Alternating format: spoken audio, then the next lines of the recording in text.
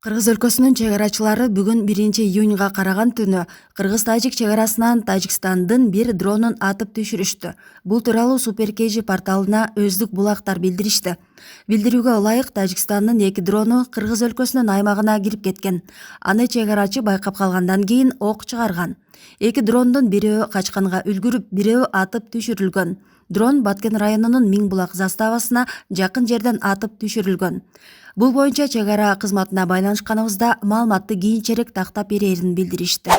Бүгүн 1-июнда Бишкектин 1-Май райондук сотунун имаратынын алдына Өмүрбек Бабановдун тарапташтары чогулууда. 1-Май райондук сотунда Өмүрбек Бабановдун баш коргоо чарасы каралышы мүмкүн.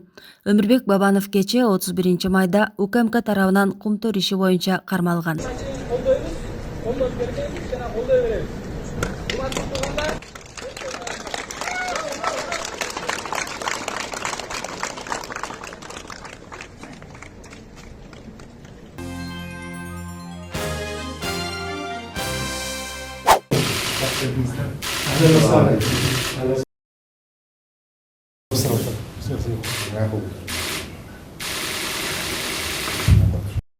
Алдыңкы технологиялар, санариптештирүү, билим берүү, саламаттык сактоо жааттарында да кызматташууга чакырат элем. Бул тармактар Кыргызстандын эли, өзгөчө жаштар үчүн абдан маанилүү болмокчу. Катар кайрымдуулук уюмун жана анын өнөктөш уюмдардын Кыргызстандагы окуучулардын потенциалын жогорулатууга багытталган долбоорлорду биргеликте ишке ашырууга чакырам. Компьютерди жана IT технологияларды үйрөтүүчү борборлорду ачуу, пандемия учурунда алыскы райондордо жашаган окуучуларды аралыктан окутуу боюнча, компьютерлер менен жабдуулар боюнча, интернет менен камсыз кылуу жана башка ушундай долбоорлорду мектеп окуучуларынын билим алууга болгон мүмкүнчүлүктөрүн кеңейтүүгө чоң шарт түзмөктө бизде. Бүгүн 1-июнь күнү министрлер кабинетинин Талас облусундагы өкүлчүлүгүнүн алдына ондогон адамдар чогулду. Алар камакка алынган Өмүрбек Бабановду бошотууну талап кылышты. Бул тууралуу аймактык кабарчы билдирди. Ошондой эле чогулгандар тергөөнүн адилеттүү жүрүшүн дагы талап кылышты жана талаптарын айткандан кийин тарап кетишти. Өмүрбек Бабанов кечээ 31-майда Кумтөр кенин иштетүүдөгү коррупцияга байланыштуу кармалган. Кечээ 31-майда Кыргыз-Тажик чек арасында өкмөттүн Баткен облусундагы ыйгарым укуктуу өкүлү Абдикарим Малимбаев менен Тажикстандын Согди облусунун аткаруу бийлигинин төрагасы Раджапой Ахмадзода жолугушуп, чек ара аймактарындагы коомдук коопсуздукту камсыз кылуу жаатында жасалып жаткан иш-аракеттерди талкуулашты. Маалым болгондой, жолугушууда жетекчилер 28-29-30 апрелде орун алган окуянын кесепеттерин жоюу, эл арасында кооптонууларды жок кылуу үчүн түшүндүрүү иштерин улантуу зарылдыгын белгилешти. Буга чейин аткарылбай келген 2019 жылдын 18 сентябрындагы эки тараптуу протоколдун Кыргызстандын Максат, Тажикстандын Овчу калача айылдарынын ортосунда милициянын биргелешкен жөө патрулун коюу боюнча пункту макулдашылып, натыйжада эки тараптан тең коомдук коопсуздукту көзөмөлдөө үчүн милициянын жөө патрулу коюлду. Абдикарим Малимбаев менен Раджапой Ахмадзода Кыргыз-Тажик чек арасындагы бир катар маселелерди жеринде чечүү үчүн чек ара аймактарын бирге карап чыгышты. Эки облус башчысы буга чейинки жолугушууда чек ара аймактарында жаралган көйгөйлөрдү кечиктирбей, ыкчам чечип туруу үчүн жума сайын жолугуп турууну макулдашты. Бүгүн 1-июнда Баткен районундагы Самаркандек айылында кыргызстандык чек арачы атылган октон каза болду. Бул тууралуу Турмуш басылмасына өздүк булактар билдиришти. Маалыматка караганда, эки чек арачынын ортосунда пикир келишпестик жаралып, бири экинчисине ок аткан. Андан кийин өзүн да атып жаракат алган. Ок тиген чек арачы каза болду. Жарадар болгон чек арачы ооруканага жеткирилген. Кийинчерээк такталгандай, окуя саат 15:30 чамасында болгон. Самаркандектеги чек ара заставасында 2002 жылы туулган катардагы жоокер кызмат өтөп жаткан учурда чек ара кесметинин ефрейтору 2001 жылы туулган балага карата Калашников үлгүсүндөгү куралынан белгисиз себептерден ок атып алган. Анын кесепетинен ефрейтор ок тиген жерде каза тапкан. Ал андан кийин өзүнүн оозунун алды тарабына ок атып, оор жаракат алган. Ал азыркы учурда Баткен облустук ооруканасына жеткирилди. Баткендеги аскер прокуратурасына бул окуя боюнча маалымат берилди. Ал эми чек ара кызматынын маалыматына караганда, Баткен районунун Паска Арык айылындагы чек арачы кызмат өтөө учурунда куралды этиятсыз пайдалануудан улам каза болуп, экинчиси жаракат алган.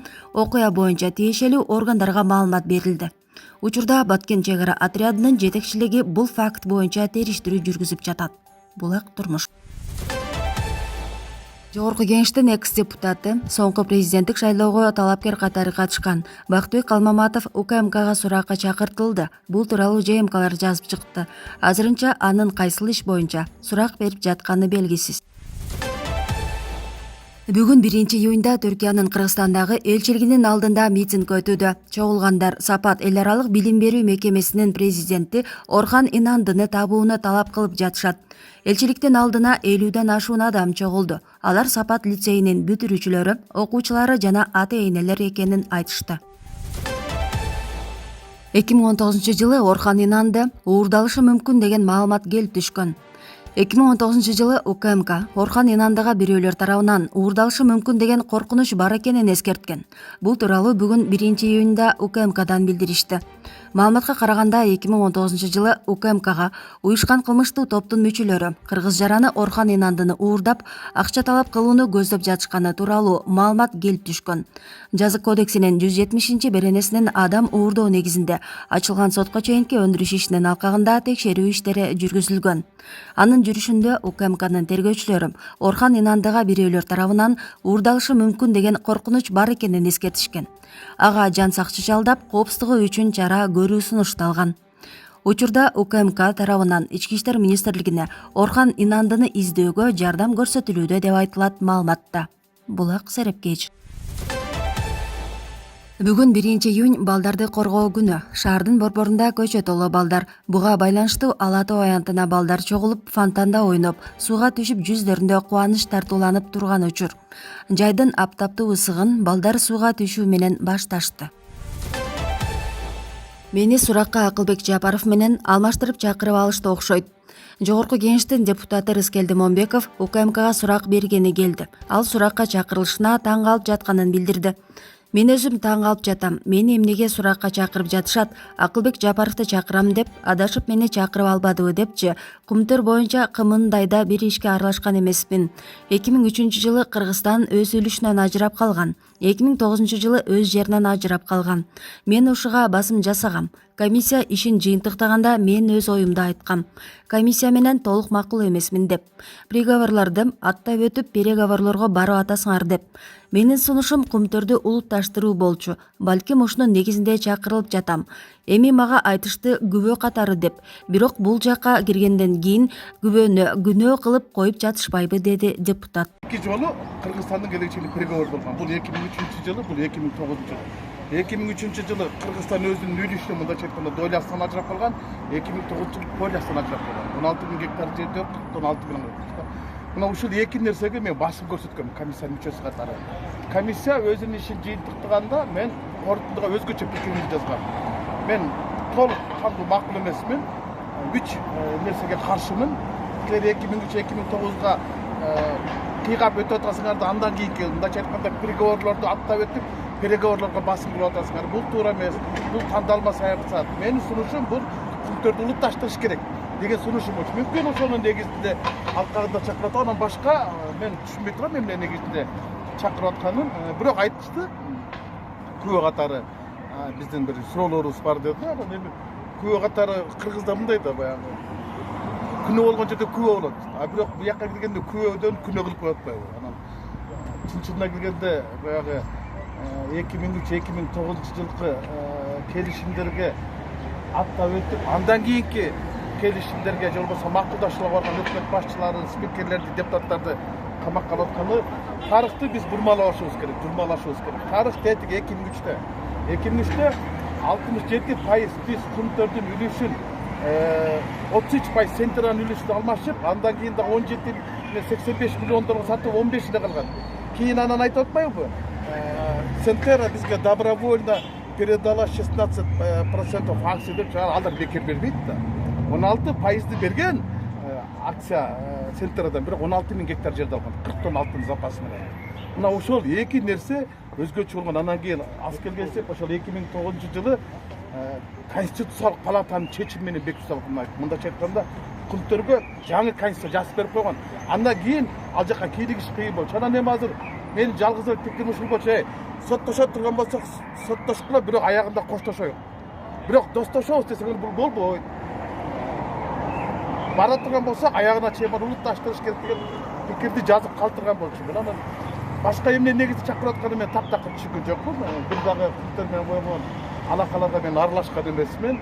2003-2009 жылдары мен ал кездерде оппозициялык гезиттерди жетектеп Караманча каршы болуп келген. Анан башка жакта болушу мүмкүн эмес. Эми азыр дагы жакшы пикирлерди айтып калганым ата тияка киргенден кийин допросят, потом попросят. Биринчи жолу келип атасыз? Иә. Биринчи жолу келип атасыз. Биринчи жолу келип атат. Арыскенчилик сизди камакта койчу ошого өзүңүз. Мен камалгандан коркпойм. Мен камактан коркпойм, мен арам тамактан коркойм. Анан эми элдин баардыгы камай бербейт. Камай турган адамдар толтура.